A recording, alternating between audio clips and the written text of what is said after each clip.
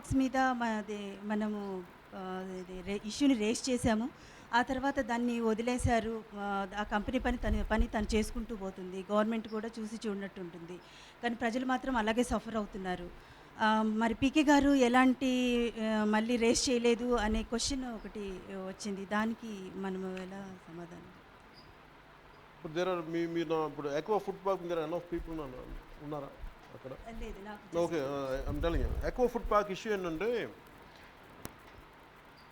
Economy progress అవ్వాలంటే certain business ఇంట్రెస్ట్లు జరగాలి, అంటే ఉద్యోగాలు రావాలి, సర్టన్ ఎకనామికల్ గ్రోత్ ఉండాలి, అంటే పరిశ్రమలు ఇవన్నీ రావాలి. వీళ్ళందరికీ ఏముంటుందంటే అక్కడ ఎక్వా ఫుడ్ పార్క్ ఇష్యూ ఏంటంటే రిపీటెడ్గా వాళ్ళు పొల్యూషన్ కంట్రోల్ బోర్డు నామ్స్ పాటించట్లేదు. అంటే అక్కడి నుంచి వచ్చే వేస్ట్ మ్యాటర్ 27 కిలోమీటర్స్ ఆ వేస్టేజ్ అంతా వెళ్ళిపోయి సముద్రంలో వదలాలి. ఇది ఖర్చు అని చెప్పి వాళ్ళు వదిలేస్తున్నారు అని అంటారు. నేను వెళ్ళి అడిగితేనేమో వాళ్ళు ఏమంటారంటే లేదు, we are doing as per the norms of pollution board అంటారు. జనం అక్కడున్న ప్రజలు ఏమంటారంటే లేదు వీళ్ళు చేయట్లేదు అంటారు. Unless they do, I'm not an independent entity. నేను విత్ ఇన్ కాన్స్టిట్యూషనల్ భారత రాజ్యాంగం ప్రకారం నేను మాట్లాడాలి. వాళ్ళు as per pollution control board measures ప్రకారం మేము చేస్తున్నాం. మేము చేస్తున్నప్పుడు you don't have a right to stop us. అంతకుమించి పెడితే ఏమైపోతుంది, క్రిమినల్ ఇంప్లికేషన్స్ ఉంటాయి. ఒకళ్ళు నిజంగా చేయలేదు, then I will really fight. వాళ్ళు ఇంకా ప్రాసెస్లో ఉన్నారు. మరి మాకు పొల్యూషన్ కంట్రోల్ బోర్డు నామ్స్ ప్రకారం వెళ్తున్నాం అని చెప్పి అది ఏంటంటే అది వెయిట్ అండ్ వాచ్ చేయాలి. ఇప్పుడు మనం ఏది చేసినా మేము ఇంకా లైన్స్ వేయకుండానే మీరు మమ్మల్ని ఎట్లా ఆపుతారు, you don't have any right అనేది. They can get a stay order from court. ఇవన్నీ గొడవలు ఉన్నాయి. And repeatedly I told to the concern ministries also. Membership కోసం అందరూ ఈగర్గా వెయిట్ చేస్తున్నారు. వన్స్ మెంబర్షిప్ స్టార్ట్ చేసి మనం కంప్లీట్ చేసామంటే మనకు కూడా ఒక ఐడియా వస్తుంది, అసలు ఎంతమంది మనకి సపోర్టర్స్ ఉన్నారు, ఇంకా ఎంతమందిని మనం ఎలా ప్లాన్ చేసుకోవాలి అనేది ఒక మంచి ప్లాన్ చేసుకోవచ్చు. ప్లస్ వాళ్ళ ఒపీనియన్స్ కూడా మనం వాళ్ళు పంపించారు కాబట్టి దానికి ఒక ఆన్సర్ ఇస్తే బాగుంటుందని నేను అనుకుంటున్నాను. వాళ్ళకి ఇవన్నీ ఏంటంటే ఫస్ట్ వీఆర్ టేకింగ్ తీసుకొని final policy I want bring all of them. కొన్ని మీటింగ్స్ జరిపి ఒక్కొక్క సబ్జెక్ట్స్ని ఐడెంటిఫై చేసింది. ఆయన చెప్పినట్టుగా న్యూక్లియర్ పాలసీ ఒకటి, లేదంటే అన్ఎంప్లాయ్మెంట్ మీద, లేదంటే డిఫరెంట్ స్పోర్ట్స్ మీద, లైక్ డిఫరెంట్ ఇష్యూస్ మీద we got different paper inputs వచ్చినాయి. వీళ్ళందరికీ మనం చేసేది ఏంటంటే once major each suppose for unemployment మీద, న్యూక్లియర్ పాలసీ మీద ఏదైనా ఉన్నప్పుడు హూవర్ హ్యాస్ గివెన్ సర్టన్ మన ఇన్పుట్స్ ఇచ్చిన వాళ్ళని గోన్ కాల్ దెమ్, కూర్చోబెట్టి వాళ్ళకి will take their feedback and వాళ్ళు ఏం మాట్లాడారని చెప్పి వాళ్ళు అప్పుడు తీసుకుందామని. Right now till final manifesto వచ్చే వరకు we don't have much to do unless we're taking till now we're receiving their inputs. Only will be using it to them, will be using it and will be communicating it to them only the time of pre manifesto meetings. We have to wait till that. Sridath అనే నా పేరు. అది ఏటా మనకి కరువుతో అల్లాడుతున్న ప్రాంతం అది రాయలసీమ. అది రాయలసీమ నుంచి ఎందరో మంది ముఖ్యమంత్రులు ప్రాతినిధ్యం వహించినా కానీ ఆ పర్టికులర్ ప్రాంతంలో అది రైతులు మాత్రం ఏ విధంగా కానీ వాళ్ళు ఇంకా డెవలప్ అవ్వలేదు. సో రాయలసీమ కోసం జనసేన ఏదైనా ప్రత్యేక ప్రణాళికతో వస్తుందా? ఆ పర్టికులర్ ప్రాంతంలో ఉన్న అది రైతుల కోసం మనం ఏమన్నా చేయగలమా? రాయలసీమ హిండ్రన్స్కి ఎదుగుదలకి లేకపోవడానికి ఇట్స్ మోర్ ఆఫ్ ఇది ఒక కరువు. మన అనంతపూర్లో ఒకసారి మీటింగ్ పెట్టాను, ఏది నేను వెళ్ళింది. దాని ముందు ఇరిగేషన్ సంబంధించి చాలామందితో మాట్లాడాను. వాళ్ళు కామన్ కంప్లైంట్ ఏం మాట్లాడతారంటే ఇట్ ఈస్ రాయలసీమ కరువు యాక్చువల్ నిజానికి కరువు కాదు, ఇట్ ఈస్ ఎ క్రియేటెడ్ కరువు అంటుంది. అది మోర్ ఆఫ్ అది ఈ పొలిటికల్ గ్రోత్ అంటే పొలిటికల్ పొజిషనింగ్లో ఉన్నవాళ్ళు they are not letting it grow. అంటే యాక్చువల్ నిజానికి లేదు. ఎందుకంటే రిసోర్స్ పర్సన్స్ మీటింగ్స్ పెడుతున్నప్పుడు ఒక ఇంట్రెస్టింగ్ అనాలిసిస్ ఏమొచ్చిందంటే ఒక highest irrigated area Anantapur, it is not drought area యాక్చువల్గా. కాకపోతే ఎందుకు అంటే ఇది మోర్ ఆఫ్ పొలిటికల్ రీజన్స్ అనిపిస్తుంది. ఇప్పుడు ఫర్ ఎగ్జాంపుల్ మన కడపలో ఇది ఉక్కు కర్మాగారం రావాలి కదా. ఇప్పుడు ఉక్కు కర్మాగారం రావాలి అంటే ఇప్పుడు మీరు వచ్చి నన్ను అడిగారనుకోండి, సో నా వాయిస్ ఇక్కడ మాట్లాడితే ఎక్కడికి వినిపిస్తే 2 కోట్ల మందికి వెళ్తుంది. But it will never reach to parliament. But ఎవరు పార్లమెంట్లో మాట్లాడగలరు? It is TDP which can talk. మీరు కడపలో ఉక్కు కర్మాగారం ఎందుకు పెట్టలేరు? లేదంటే YSRCP they can question them. ఇప్పుడు వాళ్ళు కూర్చోబెట్టి నిజానికి నా ప్రాబ్లం ఏమవుతుందంటే రీజన్స్ ఏముంటాయంటే నిజంగా ఏ పార్టీ లీడర్స్కి ఇబ్బందులు లేవు. They don't have any cases. బలంగా మాట్లాడగలరు కదా.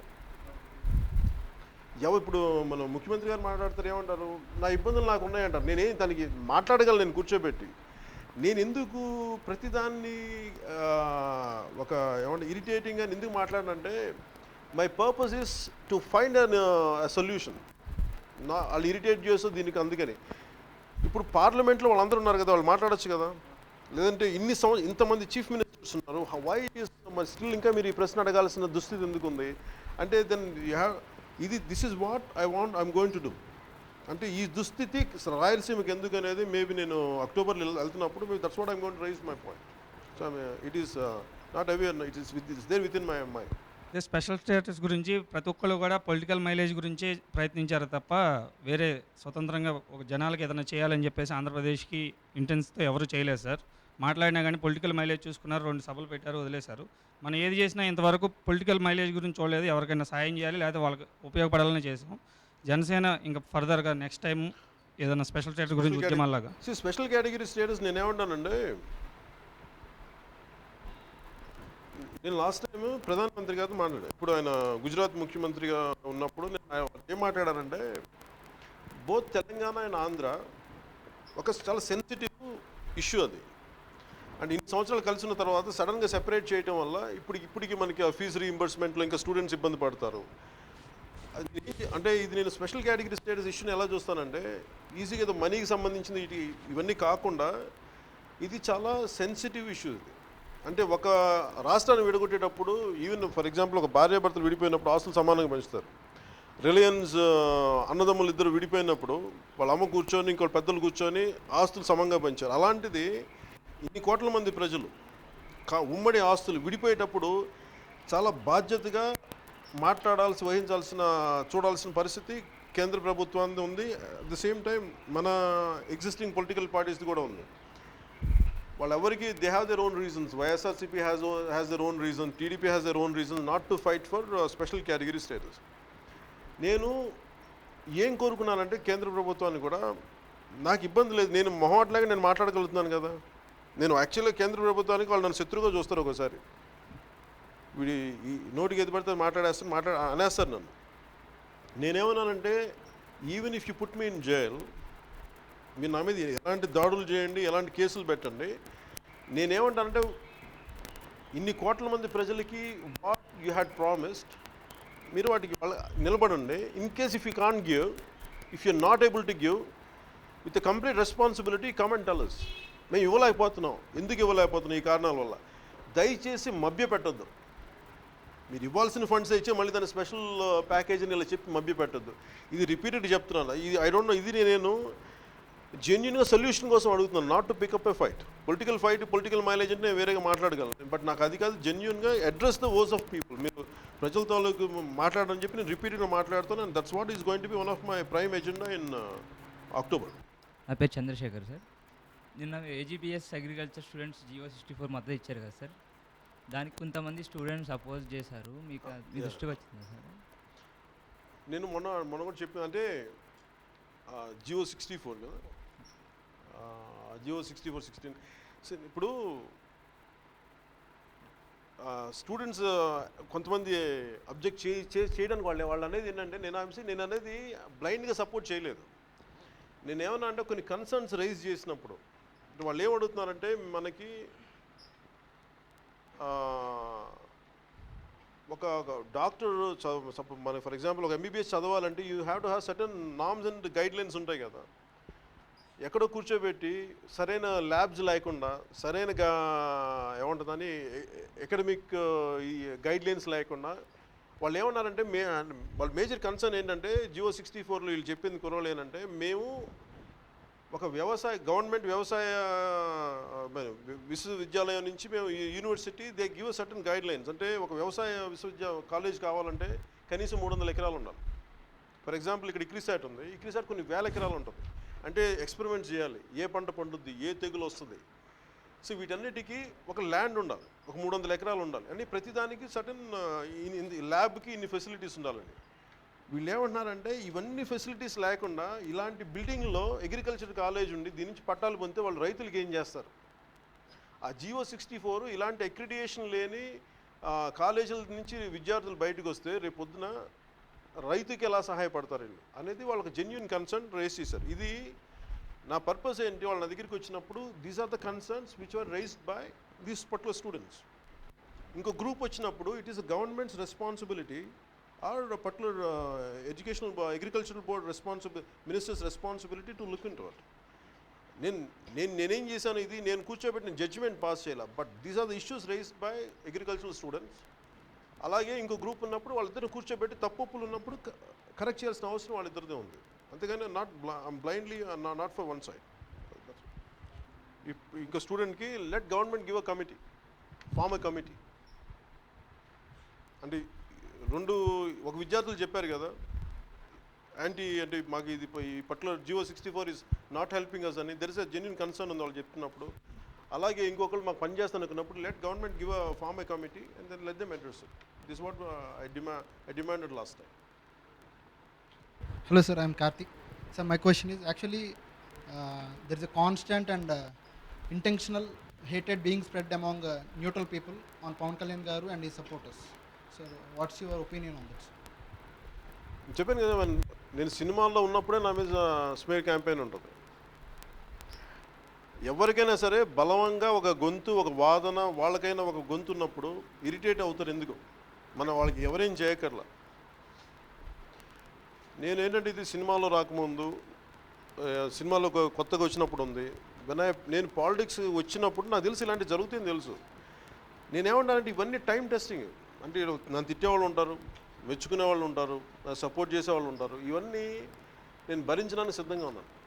ఎందుకంటే ఇది నా కాజ్, నా పర్సన్. నేను ఎప్పుడు నా సినిమాలు ప్రమోట్ చేయమని అడగను, లేదు నా సినిమాల గురించి నేను ట్వీట్ చేయను, లేదంటే నా 100 days ఫంక్షన్లో నేను 100 days ఫంక్షన్లు చేసుకున్నాను. ఎందుకంటే చేసుకుంటే అందరికి దెబ్బలు తగులుతాయో, నలిగిపోతారని బాధ. బట్ పాలిటిక్స్కి వచ్చినప్పుడు జనం మధ్యలోకి వెళ్తాను, ఇబ్బందులు ఉంటాయి.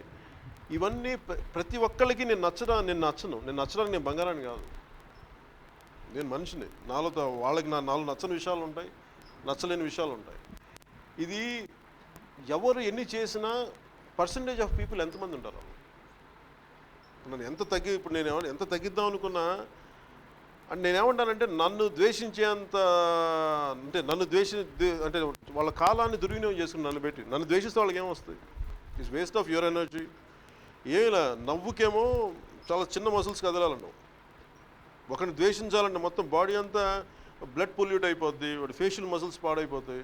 It is eventually they are damaging themselves not me. నాకు అస్సలు ఏమాత్రం ఫరక్ పడదు. నాకు మీరు కూడా అట్లాగే ఉండండి. నేనేమంటానంటే మొన్న ఏదో చెప్తాం, అంటే మరీ కూర్చోబెట్టి సహనం చూపిద్దాం. సహనం ఉండాలి, 100% సహనం ఉండాలి. కానీ మరీ హద్దులు దాటిపోయి మనల్ని చచ్చిపోయేంత సహనం అయితే నేను భరించను. నాకు అది కూడా ఇష్టం లేదు. అంటే మరీ అంటే మనం ఎవరి మీద దాడి చేయం, మనల్ని దాడి చేస్తున్న వాళ్ళ మీద కనీసం చేతులు కూడా అడ్డు పెట్టుకూడదంటే కొట్టమని చెప్తాం ఏంటి? అందుకని మనం కూర్చోబెట్టి మరీ చేతులు కట్టుకొని కూర్చోవాల్సిన అవసరం లేదు. కానీ అట్ ద సేమ్ టైం ఎదురు దాడి చేయాల్సిన అవసరం కూడా లేదు. అవసరం అయితేనే అట్లీస్ట్ గార్డ్ చేసుకుందాం అంతే. ఇంకా ఏంటంటే మీరు ఒకళ్ళు మనల్ని క్రిటిసైజ్ చేస్తున్నప్పుడు దాని ఇంటెన్సిటీ ఎంతో చూడండి, వాళ్ళ ఇంటెన్షన్ ఎంతో చూడండి. దెన్ ఆఫ్టర్ సమ్ టైం మీకే అర్థం అవుద్ది. అండ్ అనవసరంగా ఇలాంటి వాళ్ళని పెంచి పెద్ద చేయడం తప్ప జస్ట్ వదిలేసి. అంటే నేను పర్పస్ఫుల్గా టీవీలన్నీ చూడను. ఎందుకంటే నేను మిగతా ఇష్యూస్ మీద నా మైండ్ పెట్టడానికి నేను చాలా చోజన్ సెలెక్టివ్గా ఫస్ట్ ఎవరైనా అడుగుతాను ఏమేమి జరుగుతున్నాయి అంటాను. మరి నేను తిట్టే ప్రోగ్రామ్స్ సరే చెప్పకండి నాకండి. సరే ఎలా మెచ్చుకున్నారంటే సార్ దేశం సుభిక్షంగా పర్లేదు అలాగే తిట్టే వాళ్ళు ఉన్నారంటే భరిస్తాను. మరీ నేను కూర్చోబెట్టి అలాగే ఇప్పుడు ఫర్ ఎగ్జాంపుల్ అంటే మీరు సున్నితంగా ఉండకూడదు. మీరు నన్ను సినిమాల నుంచి చూస్తున్నారు, సినిమాల్లో మన హీరోలు కాబట్టి విలన్లు కొడతాం, అక్కడ ఎవరు తిరిగి మాట్లాడే సినిమాల్లో 2.5 గంటలు అయిపోద్ది. బట్ పాలిటిక్స్ నన్ను షబ్బీర్ అలీ గారు తిడతారు, దానం నాగేంద్ర. బట్ నాకు ఇప్పుడు కలిసారు ఫంక్షన్స్లో మేము బాగా మాట్లాడుకుంటాం. సో అలాగే నేను చాలామంది తిడతాను, మేము అందరం కలిసి బాగానే మాట్లాడుకుంటాం. ఎందుకంటే అది basic courtesy, it is an express. అలా అని చెప్పి నేను కూడా చాలా ఆలోచించే మాట్లాడతాను. నేను ఎవరైనా ఏదైనా ఒక పదం అనాలని మళ్ళీ దానికి వెనక్కి అడగను, నేను వెనకడిగి నిలబడతాను మళ్ళీ దానికి. But till that point I'll wait. అందుకే మీరు కూడా నన్ను ఒక హీరోగా నుంచి మీరు పొలిటికల్గా ఇంట్రెస్ట్ అవుతున్నారు కాబట్టి, షిఫ్ట్ అయ్యారు కాబట్టి మీరు కూడా కొంచెం సున్నితంగా ఉన్నారు. మీరు కొంచెం సున్నితం తగ్గించుకోండి. ప్రజెంట్ మన పొలిటికల్ సిస్టమ్, పొలిటికల్ పార్టీస్ ఇవన్నీ కరప్టే ఉన్నాయి సార్. ఇప్పుడు జనసేన అలాంటి పొలిటికల్ పార్టీస్కి ఆల్టర్నేటివ్గా ఉంటుందని ఫీల్ అవుతున్నాము. సో దానిపైన మీ ఒపీనియన్? నేను ఎలా ఆలోచిస్తానంటే పొలిటికల్ పార్టీ చాలా ఉన్నతమైన ఐడియల్స్ ఉంటాయి. ఎనీ పొలిటికల్ పార్టీ సపోజ్ మనకి ఎలక్షన్ కమిషన్కి వెళ్తే బేసిక్గా మేమందరం దేశాన్ని ప్రేమిస్తాం, మేము ద్రోహం చేయం, ప్రజల్లో ఏమంటుందాన్ని న్యాచురల్ రిసోర్సెస్ని, ప్రకృతి వనరుల్ని మేము అందరికీ సమానంగా ఉపయోగిస్తాం, దీంట్లో ఎక్కడా కూడా మా స్వార్థానికి వాడడం. Every political party starts with the highest ideal. అది నామ్ ఆఫ్ ఎలక్షన్ కమిషన్ ఆర్ మన ఇండియన్ కాన్స్టిట్యూషన్. కానీ ఆ నామ్స్ని వీళ్ళు ఎంతవరకు పాటిస్తారు? నేను ఇక్కడ ఏం చేస్తున్నానంటే, ఇప్పుడు నేను కూర్చోబెట్టి మొన్న కూడా మీరు ఇలాంటి ఐడియల్స్ మాట్లాడి how do you align with certain political parties ఇట్లా మాట్లాడతారు. నేనేమంటానంటే లెటస్ మన రియాలిటీని ఎస్టాబ్లిష్ చేద్దాం. What is the reality of Indian politics? Corruption, extreme political corruption, nepotism, అంటే మన వారసత్వ రాజకీయాలు, కుల రాజకీయాలు, ఓన్లీ మతానికి సంబంధించిన రాజకీయాలు, ప్రాంతీయ అంటే మనిషిని మనిషిగా చూడకుండా ఇన్ని రకాలుగా విడగొడితే ఖచ్చితంగా వీళ్ళందరూ ఎవరికి ఉపయోగపడతారు? ఎవరికి ఉపయోగపడరు? ఫైనల్గా ఆ హ్యాండ్ఫుల్ ఆఫ్ ఒక బంచ్ ఆఫ్ ఒక క్రీమీ లేయర్కి వాళ్ళకి ఉపయోగం తప్ప మిగతా వాళ్ళకి లేదు. ఇవన్నీ మనం అడ్రస్ చేయాలి అంటే కొంత మన నేను జనసేన ఎలా చూస్తాను, ప్రాక్టికల్గా చూస్తున్నాను. మన ఎగ్జిస్టింగ్ పొలిటికల్ అట్మాస్ఫియర్లో మనం సర్వైవ్ అవ్వాలి, మన ఐడియల్స్ ముందుకు వెళ్ళాలి అంటే it's a bit difficult job. నేనేంటి అనుకుంటాను, నేను ఎంత పొల్యూట్ అవ్వకుండా నేను ఉండగలను ఫస్ట్. నా ఎంటైర్ ఇప్పుడు 3 సంవత్సరాలు అయింది ఆర్గనైజేషన్ ఎందుకు డెవలప్ చేయలేదంటే ఇట్ ఈస్ దట్ డిఫికల్ట్. అంత కష్టం ఒక పొలిటికల్ పార్టీని నడపడానికి, ముందుకు తీసుకెళ్ళడానికి. అందుకే నాకేంటంటే మనకు ఉన్న పరిస్థితుల్లో మన ఆశయాలను చంపుకోకుండా ఉన్న పొలిటికల్ వాతావరణం ఎంత మనం చెడిపోకుండా, మనం పొల్యూట్ అవ్వకుండా ఇవ్వగలం అనే దాని మీద నా ఆలోచన. ఈ దేశ నిర్మాణంలో నాగల్పట్టి కష్టం చేసే రైతు పాత్రనే ప్రధానమైంది. సో అలాంటి రైతు బలవంతంగా ఇంకా ప్రాణత్యాగాలు చేస్తూనే ఉన్నాడు. సో అలాంటి రైతుల గురించి మాట్లాడే నాయకులు లేడు, అయినా కానీ అలా ఆత్మహత్యలు ఆగట్లేదు. సో దీనిని జనసేన ఎలా చూడబోతుంది? సో ఎలా దాన్ని ఎస్టాబ్లిష్ అయిపోతుంది? అంటే బేసిక్ నేను పెట్టిన ఫ్యూచర్ మేనిఫెస్టోలో నాకు రైతు పరిశ్రమలు చాలా ముఖ్యమైనవి. అంటే ఈవెన్ పరిశ్రమలు నడవాలని అన్లెస్ వీ హ్యావ్ ఒక ఫుడ్ సర్ప్లస్ లేకపోతే, అంటే మనకి ఫుడ్ గ్రెయిన్ సర్ప్లస్ లేకపోతే మనకి ఏ పనులు చేయలేం. అందుకే నేను ఎలా ఆలోచిస్తున్నానంటే, నేను ఎక్కడ లాంగ్ బ్యాక్ ఏదో పుస్తకం చదివాను, విత్ ఈవెన్ ఒక 1000 చదరపు అడుగుల్లో 1000 స్క్వేర్ యార్డ్స్ 1000 చదరపు గజాల్లో ఒక 4 మనుషులకి బతకగలిగే తిండి, బట్ట, వాడికి కావాల్సిన నీడ్ అండ్ రిక్వైర్మెంట్స్ వచ్చేస్తాయి. అండ్ వాటర్ కన్జర్వేషన్, తర్వాత మన క్లీన్ సీడ్స్, హెల్తీ సీడ్స్, అంటే కల్తీ లేని విత్తనాలు, ఇవన్నీ అన్నీ ఉన్నాయి. దీని ఏంటంటే మధ్యలో దళారీ వ్యవస్థ లేకుండా కానీ, కరప్షన్ లేని ఈ మిడిల్ మెన్ కానీ లేకుండా కానీ ఉంటే రైతు బాగుపడిపోతాడు. ఇవన్నీ నేను ఎలా ఆలోచిస్తున్నానంటే, ఇది నాకేమో ఇప్పుడు దాకా చదువుకున్న అవగాహన ఉంది, మనుషులు కలిసిన అవగాహన ఉంది. From October onwards I want to visit farmers. రైతులను కలుస్తాను. ఎందుకంటే రైతు డైరెక్ట్గా మాట్లాడేది భావన వేరుంటుంది, వాళ్ళు ఇచ్చే జ్ఞానం వేరుంటుంది. సో దాన్ని బట్టి చేసుకొని జనసేన రైతులకి, వ్యవసాయానికి చాలా పెద్ద పీట వస్తుంది. రాజకీయాన్ని ఒక బిజినెస్గా అనుకుంటున్న అందరూ అభిప్రాయంగా భావిస్తున్న టైంలో మీరు ఒక రాజకీయ పార్టీని పెట్టి 3 సంవత్సరాలు ప్రజల కోసం నిష్పక్షపాతంగా చేసిన కృషి నేనే కాదు చాలామంది మెచ్చుకుంటున్నారు. కానీ ఈ సామాన్య మానవులకు అవినీతి రహిత నాయకులు కావాలి. కానీ ఆ గెలుపుని శాసించే చాలామంది వ్యక్తులకి ఓట్లేయడానికి డబ్బులు కావాలి. సో నేను ఎందుకు అడుగుతున్నానంటే, మనకు అధికారం ముఖ్యం కాకపోవచ్చు, కానీ ఈ 3 సంవత్సరాల జర్నీ చూసిన తర్వాత ఒక సామాన్య వ్యక్తునిగా జనసేన లాంటి ఒక పార్టీ, మీలాంటి ఒక వ్యక్తి ఈ ఆంధ్రప్రదేశ్ కావచ్చు, తెలంగాణ కావచ్చు, ఈ దేశానికి కావచ్చు ఇలాంటి నాయకుడు అవసరం. సో మనము ఫర్దర్గా ఎలా దాన్ని సో ఈ జనాల్లో ఉన్న ఈ అభిప్రాయాన్ని మనం ఎలా, ఇప్పుడున్న డబ్బుతో ముడిపడిన రాజకీయాలని మీరు ఎలా కన్ఫ్రంట్ చేస్తారు కదా, మీరు ఎలా ఎదుర్కొంటారు? అదే కదా మీ ప్రశ్న. నాకు బేసిక్గా డబ్బుతోటి ఓట్లు కొనడం నాకు ఇష్టం ఉండదు. ఒకవేళ కొందాం అంత డబ్బు లేదు నా దగ్గర. అంటే అంత డబ్బు ఎవరి దగ్గర ఉండదు, అన్లెస్ ప్రజల నుంచి దోపిడీ చేస్తే తప్ప. ఇది నాకు ఎలా ఉంటుందంటే ఇది బేసిక్గా మనం జనాల్ని ఎడ్యుకేట్ చేయాలి. మీ ఓట్లు 2000కు 5000కు కొని they taking away lakhs from each individual. లేదు మాకు వీళ్ళే కావాలి అని అనుకుంటే మనం నేనేం చేయలేను, కానీ మన పోరాటం మటుకు ఆగకూడదు, కంటిన్యూ చేస్తూనే ఉండాలి. నా ఉద్దేశం ఏంటంటే గెలిచే వరకు పోరాడాలి. అది ఒకరోజు అవ్వదు. ఎందుకంటే ప్రతిసారి 25 సంవత్సరాలు ఎందుకుంటానంటే ఒక మార్పు రావడానికి రిపీటెడ్గా మాట్లాడాలి, రిపీటెడ్గా పనులు చేయాలి, రిపీటెడ్గా మెసేజ్ వెళ్ళాలి. అప్పుడు కానీ మనుషులు సైకలాజికల్ ట్రాన్స్ఫర్మేషన్ జరగదు. అందుకని ఏంటంటే ఇది ఒక లాంగ్ స్ట్రగుల్. ఇది మనం ఎంత సాధ్యపడద్దో అంత చేసుకుంటూ వెళ్ళిపోవటమే. అంతేగాని ఇది అసలు ఈ ఇలాంటి డబ్బుతో కూడిన రాజకీయ వాతావరణం మనం ఇమ్మడలేమని చెప్పేసి నా పారిపోవడం నాకు ఇష్టం లేదు. అసలు జనం ఎందుకు మారాలనుకుంటాను నేను. నాకు లోపల నైజం ఏముంటుందంటే ఇది ధర్మం కదా, ఇది మారాలని కోరుకుంటాను. ఒకవేళ ఇది జరగాలంటే ఏమేం చేయాలి, then will change our strategies. దెబ్బతింటే మళ్ళీ మార్చి ఇంకో కొత్త స్ట్రాటజీలు వస్తాం, కానీ eventually will win and will reach our goal. మద్యం అనేది చాలా పెద్ద సమస్యలా తయారైంది. మనం తప్పు అనుకున్నా కరెక్ట్ అనుకున్నా మన దౌర్భాగ్యం ఏంటంటే స్టేట్స్కి హయ్యెస్ట్ రెవెన్యూ ఈ లిక్కర్ ద్వారా జనరేట్ అవుతుంది. అది ఎంతవరకు సబబ్ అనేది నాకు అర్థం కావట్లేదు. అండ్ ముఖ్యంగా ఈ వ్యసనం వల్ల మధ్యతరగతి దిగువ తరగతి ఆడవాళ్ళు వారి కుటుంబ సభ్యులు ఎక్కువ ప్రాబ్లమ్స్ ఫేస్ చేస్తున్నారు, విక్టిమ్స్ అవుతున్నారు. ఈ ప్రభుత్వం ఏమో మేము ఉపాధిని పెంపొందిస్తామంటూనే లిక్కర్ని కూడా పెంపొందిస్తోంది. అండ్ ఈ ఎక్సైజ్ డిపార్ట్మెంట్ వాళ్ళేమో ఆల్రెడీ మనకి రూల్స్ పాస్ ఆన్ చేస్తున్నారు అందరికీ. ఇలా బడి గుడి లాంటి ప్లేసెస్ ఉన్న చోట్ల అలాంటి ప్రాంతాల్లో సపోజ్ లిక్కర్ షాప్ పెట్టదలుచుకునే వాళ్ళు ఉంటే మినిమంగా 100 మీటర్స్ డిస్టెన్స్ మెయింటైన్ చేసి తీరాలి అని ఒక రూల్ అయితే పాస్ ఆన్ అయింది. చాలామందికి తెలిసిన విషయం ఇది, కానీ అది ఎంతవరకు అమలు అవుతోంది అనేది తెలీదు.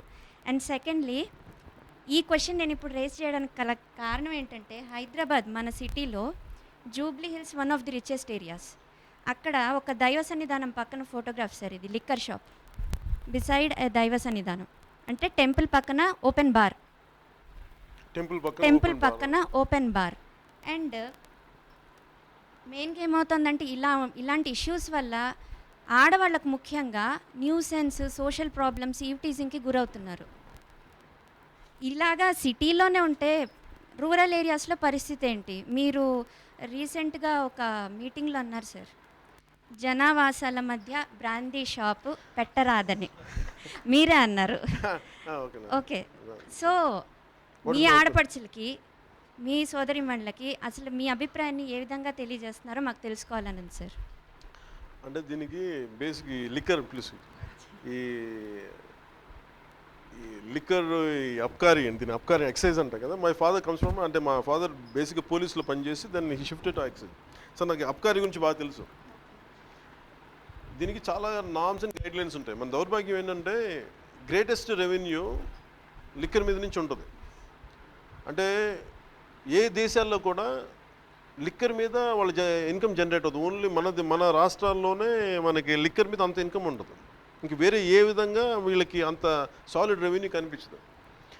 నాకు ఇది నాకు కూడా చాలా బాధ ఉంటుంది. నేను కూడా చాలాసార్లు చూస్తుంటాను. అంటే మీరు ఇచ్చేదేమో liquor shop license, but they are running as open bars. అంటే ఒక లిక్కర్ షాప్ ఉంటే ఒక లిక్కర్ షాప్కి వెళ్ళి కొనుక్కుంటాను. నేనేమంటానంటే లిక్కర్ కన్సంప్షన్ ఇవన్నీ మీరు తాగుతారా లేదనేది మీ ఇండివిజువల్ ఒపీనియన్. మీరు ఏమన్నా ఇట్స్ నాట్ మీరు వెళ్ళి తాగుతారు, but it's not that what you drink, what you do after that, that's a problem. ఇది అంటే నాకు ఈ మధ్యన మన ఈ డ్రగ్స్ రిలేటెడ్ కేసులు అన్నీ జరిగినాయి కదా. ఇట్ ఈస్ మన దాన్ని ఏమంటుంది అబ్కారీ శాఖ అనుకోండి, వాళ్ళు చాలా యాక్టివ్గా పనిచేశారు. నాకు ఫస్ట్ క్వశ్చన్ అనిపించింది, మీరు డ్రగ్స్ మీద ఇంత ఫోకస్ పెట్టారు కదా, మరి ఓపెన్ బార్స్ మీ ఎవరికి కనిపించలేదా? అంటే దీనికంటే మీరు ఎందుకు ఎవరు దృష్టి సారించదు? అంటే ఓన్లీ వీళ్ళు పట్టుకుంటే మనకి ఉంటుంది కానీ నేమ్ అండ్ ఫేమ్ ఉంటుంది. మరి ఈ ఓపెన్ బార్స్ జనాలకి, ఆడపిల్లలకి ఇంత నేను చూస్తూ ఉంటాను. నాకు ఏం ప్రాబ్లం ఉంటుందంటే మాట్లాడితే నేను ఒకసారి దిగాలని ఉంటుంది, దిగితే దాన్ని అడగాలని ఉంటుంది. నీకు 100 మీటర్ నేను చూశాను. ఫర్ ఎగ్జాంపుల్ ఇక్కడ మనకి జూబ్లీహిల్స్ మీరు భారతీయ విద్యాభవన్ దగ్గర ఉంటుంది. స్కూల్స్కి ఏ నామ్స్ పాటించని బార్స్ ఉంటాయి. ఇది ఇక్కడ కాదు, ప్రతి మన ఎస్పెషల్లీ సౌత్లో చాలా ఎక్కువ. ఇంక్లూడింగ్ నేను మొన్న కర్ణాటక వెళ్ళినప్పుడు రాయచూర్ అట్ బళ్ళారి ఈ బెల్ట్ షాపుల మీద చెప్పారు, నువ్వు వచ్చి ఏదైనా మాట్లాడి ఇక్కడ రాసం మన బెంగళూరు వెళ్తే నాకు అక్కడ మా అంటే బేసిక్గా మాకు ఇన్ని ఇబ్బందులు ఉన్నాయి బెల్ట్ షాపుల వల్ల. అంటే ఎలా ఉందంటే మన్రేగా అని ఉంటుంది, వేరు అంటే కొంత సెంట్రల్ గవర్నమెంట్ కొంత డబ్బు ఇస్తుంది, మీరు ఇన్ని గంటలు పనిచేస్తే డబ్బు ఇచ్చేస్తారు. ఆ డబ్బులు తీసుకున్నాను వచ్చి ఈ బెల్ట్ షాపులోను లిక్కర్ షాపులోను మళ్ళీ గవర్నమెంట్కి ఇచ్చాను. So it is a government డబ్బులు ఇచ్చి మళ్ళీ గవర్నమెంట్ వీళ్ళ దగ్గర నుంచి డబ్బులు తీసేసుకుంటుంది అని చెప్పి రిపీటెడ్గా చెప్తా ఉంటాను. నాకు అనిపించింది ఏంటంటే ఎవ్రీ గవర్నమెంట్ జనసేన ఎట్లా ఆలోచిస్తున్నా అంటే రెస్పాన్సిబుల్ లిక్కర్ పాలసీ. దానికి రీజన్ కూడా నేనేంటంటే అసలు జనసేన మేనిఫెస్టోలో పెట్టేటప్పుడు అసలు లిక్కర్ అబాలిష్ చేయాలా లేదా, అంటే సంపూర్ణ మద్య నిషేధం. నేను ఇవన్నీ చదివాను. అలాగే మన 1914లో America also had introduced complete prohibition, liquor prohibition. అప్పుడు మాఫియా ఎక్కువైపోయింది. అలాగే ఎన్టీ రామారావు గారు వచ్చినప్పుడు I think he also introduced, అప్పుడు కూడా ఏమైపోయిందంటే విపరీతంగా ఇలిసిట్ లిక్కర్ ఎక్కువైపోయి మనుషులు చచ్చిపోయి at the same time mafia ఒకటి కొత్తగా స్టార్ట్ అయింది. సో నాకు complete abolition of liquor is creates another set of issues. నేనేమంటానంటే every government should have a very responsible liquor policy and they have to really enforce it. అంటే మీరు ఎవరో కొద్దిమంది actors drugs తీసుకున్నారని చెప్పి మీరు ఇంత బలంగా తీసుకొచ్చి మీరు వాళ్ళ మీద సెన్సేషనలిజం పెట్టి ఇవన్నీ చేశారు. మరి అలాంటిది ఈ అబ్కారీ శాఖకి ఇటు తెలంగాణలో కానీ ఇటు ఆంధ్రాలో కానీ మీరు ఎందుకు ఓపెన్ బార్స్ని వదిలేస్తారు? మొన్న వైజాగ్ వెళ్తున్నప్పుడు నేను వెళ్తున్న కిడ్నీ ఇష్యూ కానీ చాలామంది ఆడపడుచులు వచ్చి ఆపేశారు, నువ్వు వచ్చి మాట్లాడంటాను. నాకు నేను ఒక ఈ మధ్యన మన పాలసీ వింగ్ నుంచి నేను ఏమడిగానంటే let us draft responsible liquor policy. Liquor policy ఎలా ఉంటుందంటే వాట్ ఎవర్ ఇప్పుడు వాళ్ళకి ఇచ్చిన పర్మిషన్ ఉంటుంది, యూ కెనాట్ సన్. మీరు లిక్కర్ షాప్స్ పెట్టుకున్నారు అకార్డింగ్ ఫర్ ద నామ్స్, మసీదుల దగ్గర ఉన్నాయి, మస్జిదుల దగ్గర ఉన్నాయి, దేవుడి గుళ్ళ దగ్గర ఉన్నాయి, చర్చిల పక్కన ఉన్నాయి, ఇవన్నీ ప్రొహిబిటెడ్. ఇది as per law you're not allowed to do it, but you're running those shops. దానితోడు స్కూల్స్ పక్కనే ఉన్నాయి. అవి కూడా కాకుండా మీరు ఓపెన్ బార్స్ పెడతారు, అందరూ వచ్చి కూర్చొని అదేదో పిక్నిక్ లాగా ఓపెన్ బార్లో తాగేస్తుంటారు. ఇప్పుడు తాగేసి అక్కడ ఏంటంటే గొడవలు జరుగుతాయి. జనరల్గా when they are high they pick up a fight. ఆడపిల్లలు నాకు ముఖ్యంగా చూస్తాను, అందరూ నేను ఏమంటానంటే rich women is not a issue, they have cars, they go. ఎప్పుడు మధ్యతరగతి దిగువ మధ్యతరగతి మహిళలు, కారు లేని మహిళలు, పైగా రాత్రి చిన్న చిన్న ఉద్యోగాలు చేసుకునే ఆడపిల్లలు రోడ్ల మీద వెళ్తున్నప్పుడు చాలా ఇబ్బందికి గురవుతూ వెళ్తున్నారు. అది నేను చూశాను చాలాసార్లు. And how come not even either Telangana government are Andhra Pradesh government is not able to look at it. ఇది నాకు చాలా కన్సర్న్తో కూడిన ఇష్యూ. ఇది నాకు చాలా బలంగా దీని గురించి మాట్లాడాలి. రేపొద్దున హైదరాబాద్లో కానీ ఇది మాట్లాడాలి, ఆంధ్రాలో బెల్ట్ షాప్స్ గురించి మాట్లాడాలన్నా, హైదరాబాద్లో తెలంగాణలో ఓపెన్ ఈ బార్స్ మీద అంటే లిక్కర్ షాపుల పేరు మీద ఓపెన్ బార్స్ వీటన్నిటి మీద just I want to raise an issue. And మాకు ఎలా ఉందంటే ఒక ఏరియాలో సపోజ్ మనకు ఫర్ ఎగ్జాంపుల్ ఈ ఏరియా ఉందంటే, ఇక్కడ ఒక లిక్కర్ షాప్ ఉందంటే, if the women of this area 51%, 20% raise an object, it should go to collector and local revenue officer ki mana RDO and what are the concerned department ki velli they have to come for a consensus. కూర్చోబెట్టి మీరు ఇట్లా raise చేశారు ఎలామో, do you want this liquor shop అన్నాట్ అని మీరు ఒక voting పెట్టండి. 51% women says participate, you have to remove that liquor shop. ఇట్లాంటిది ఏదో ఒక అవేర్నెస్ కానీ లేకపోతే ప్రతి అంటే నాకు తెలిసి చాలామందికి ఇబ్బందికరమైన పరిస్థితులు ఉన్నాయి. ఇది తెలంగాణలో మటుకు నేను మేజర్గా తీసుకోగలిగేది రెస్పాన్సిబుల్ లిక్కర్ పాలసీ మీద నాకు Janasena wants to go ahead. ఇది మటుకు నాకు అది give me a support, I'll take it forward. And also నేను మీకు టుమారో అంటే మీకు ఇప్పుడే రిలీజ్ చేస్తాను మీకు వాట్ జనసేనస్ రెస్పాన్సిబుల్ లిక్కర్ పాలసీ ఎలా ఉంటుంది నేను చెప్పిన దాని మీద మోర్ డీటెయిల్డ్ పేపర్ మీకు ఇస్తాను, you can go through. Rules ఉంటాయి సార్, రూల్ ఎంత స్ట్రిక్ట్గా ఉంటే ఎన్ఫోర్స్మెంట్ అథారిటీస్ అంత డబ్బులు సంపాదిస్తారు సార్. ఇప్పుడు డ్రింక్ అండ్ డ్రైవ్ కానీ ఏదైనా రూల్ ఎంత స్ట్రిక్ట్గా పెడితే అంత ఎక్కువ డబ్బులు సంపాదిస్తారు సార్. సో రూల్ పెట్టడం ఎంత ఇంపార్టెంటో ఎన్ఫోర్స్మెంట్ చేసే వాళ్ళ మీద కంట్రోల్ కూడా అంతే ఇంపార్టెంట్ సార్. చిన్న సజెషన్ సార్. అది మీరు చూడండి, ఆ పేపర్ చూడండి. That point must be there, that has to be adapted.